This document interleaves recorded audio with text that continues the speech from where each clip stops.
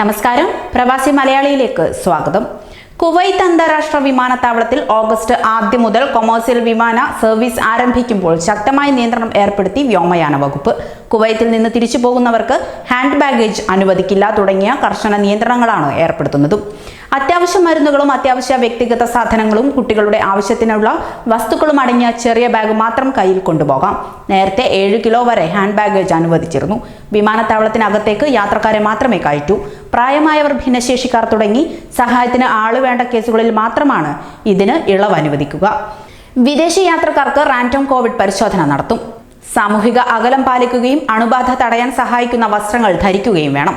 ഓൺലൈനായി ticket book ചെയ്യുകയും email വഴി സ്വീകരിക്കുകയും വേണമെന്ന് കുവൈറ്റ് വിമാനത്താവളം ഡെപ്യൂട്ടി ഡയറക്ടർ ജനറൽ സാലിഹ് അൽ ഫദാഗി നിർദ്ദേശിച്ചു. പേപ്പർ ടിക്കറ്റ് വഴി വൈറസ് ബാധ ഏൽക്കാനുള്ള സാധ്യത ഒഴിവാക്കാനാണിത്. വിമാനം പുറപ്പെടുന്നതിന് 4 മണിക്കൂർ മുൻപ് വിമാനത്താവളത്തിലെത്തണം. കുവൈത്തി യാത്രക്കാർ കുവൈറ്റ് ട്രാവലേഴ്സ് ആപ്ലിക്കേഷനിൽ രജിസ്റ്റർ ചെയ്യുകയും ബാർകോഡ് വിമാനത്താവളത്തിൽ കാണിക്കുകയും വേണം. കൂടുതൽ പ്രവാസി വാർത്തകൾക്കായി ഈ ചാനൽ സബ്സ്ക്രൈബ് ചെയ്യുക.